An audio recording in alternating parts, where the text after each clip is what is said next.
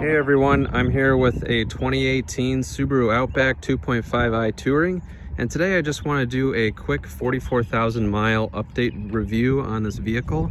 My fiance has had this car, she's had this car for probably about 6 months now, and we got this mainly for just the practicality, fuel economy, and safety that kind of Subaru is known for, but we also didn't want to sacrifice on like the feature content that maybe a more upscale brand usually has. But with a lot of these vehicles now, they seem to have like just tons of features as standard, and the price of this vehicle was extremely reasonable considering that it was a 2.5i Touring. It had all the options like Subaru eyesight, rear automatic braking, blind spot warning, all-wheel drive, adaptive cruise control. So it had tons of cool little features in it, and today I just want to go over my take on this vehicle and what it's been like over the last 6,000 miles that at least my fiance and I have had it, and just kind of go over like the service history of it. And this is pretty much as loaded as you can get for a 2018 Outback without getting the 6-cylinder engine. This vehicle, I think the original MSRP was $38,275, which is quite a bit for the 4-cylinder model. So basically for this vehicle over the last 6,000 miles, we really haven't done any maintenance yet on it, nothing really major. There is some maintenance that's coming up, I think at 60,000 miles, which involves maybe like a coolant system, fluid change, tire rotation, tire balancing, but I'm actually gonna get some new tires for this at Discount Tire tomorrow.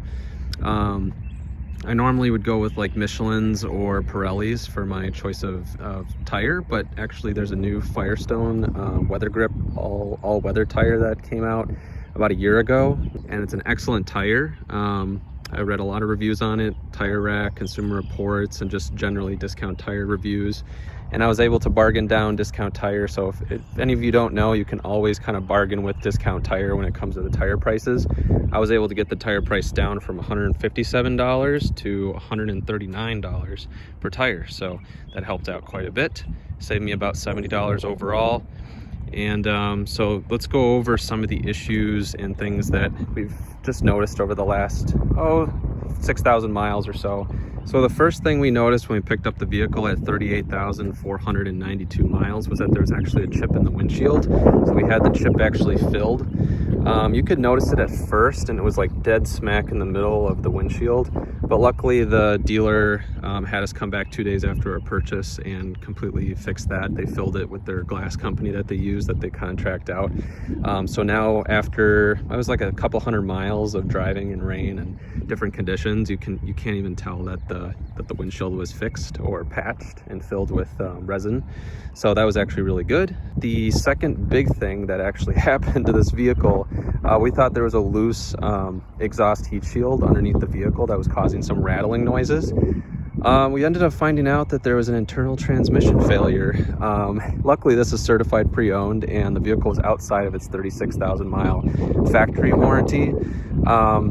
Bumper to bumper warranty, I should say, but it had a 7-year 100,000 mile powertrain warranty, and the vehicle was only 3 years old when we bought it, certified pre-owned. So they replaced the entire transmission assembly free of charge, gave us a 2021 Outback Premium as a loaner vehicle for a day, and in a matter of 9 hours they completely fixed it.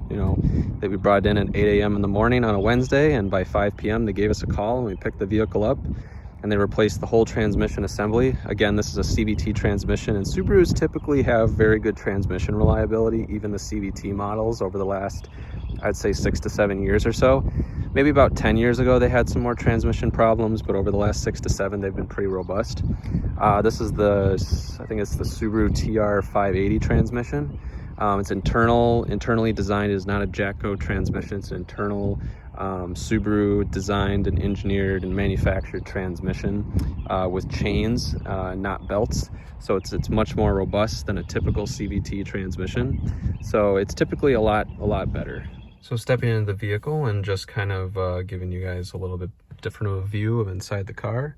Subarus usually have no issues when it comes to with transmissions, and that's according to JD Power and Consumer Reports and just the general forums with CVTs on Subaru, especially the Subaru Legacy, Forester, and Outback, especially 2018 and newer models. They typically don't have any issues with, you know, under 100,000 miles for the transmission. The TR580 specifically mated to the 4-cylinder normally aspirated engine and not a high torque CVT, because this engine only has, I think, 170 or 175 foot-pounds of torque, and doesn't produce like a lot of power and does 0 to 60 in over 9 seconds.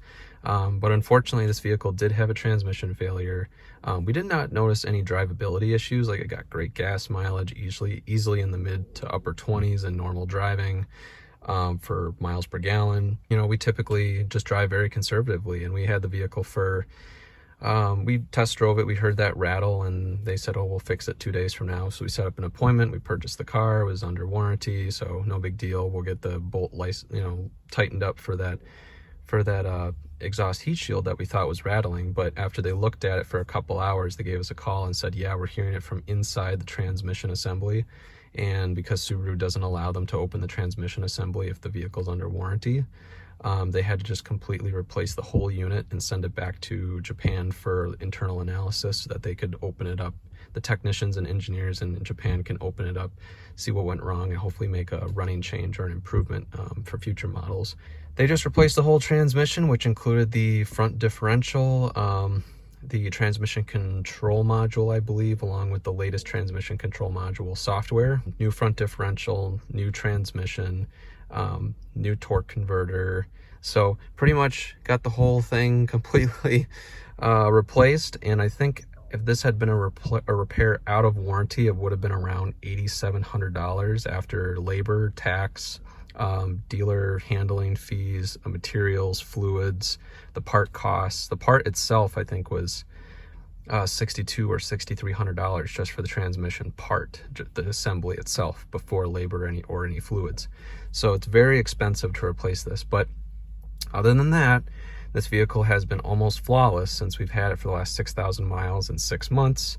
The infotainment system's only rebooted, or maybe it just froze one time and rebooted one other time in 6 months and 6,000 miles of driving, which is really good for an infotainment system. We've done only one software update on it so far, that you just have a Wi-Fi hotspot on your phone, or you connect to the Wi-Fi at your house and then connect to the vehicle through your phone, and then it updates the whole system that way. But otherwise, this vehicle has been almost flawless. So I'm extremely happy with it. You know, it's not, like I said, it's a very premium feeling vehicle with the interior, with this brown stitched leather wood. I think it's fake wood, but it looks really good. It's almost like an open pore wood too, so it looks really nice, and it's kind of got a dull matte finish. And it all just kind of blends really well together on the seats and on the door panels and dash, so it looks really nice. So I'm pretty happy with it. My fiance absolutely loves this vehicle. Again, it's not a fast vehicle by any stretch of the imagination. It does 0 to 60 in a measured 9.6 seconds. So it's not a fast car whatsoever, but it's a very comfortable riding, very, you know, robust feeling, off-roady kind of feel. And but it drives like a car, so it has great handling, great fuel economy, just a great ride height and step-in height. So absolutely love it. And I'll be sure to give you guys as many updates as possible as the miles roll on by. But for now, 6 months in the ownership period, it's a 3.5-year-old 2018 Subaru Outback 2.5i Touring with 44,120 miles on it. So hope you guys enjoy this video today. If you have any questions or comments, please leave them in the section below. Otherwise, take care, and I'll talk to you later. Bye.